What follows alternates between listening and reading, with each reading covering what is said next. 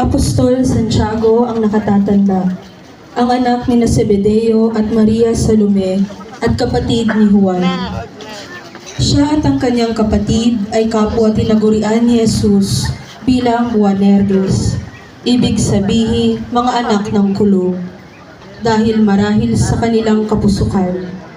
Kasama ni Simon Pedro at ng kanyang kapatid, nasaksihan niya ang pagbabagong anyo ni Jesus. Gayon din ang pananalangin nito sa halamanan ng Getsemani.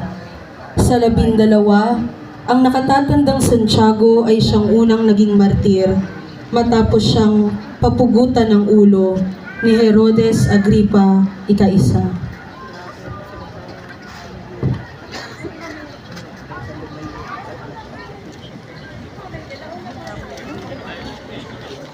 Apostol San Andres, isa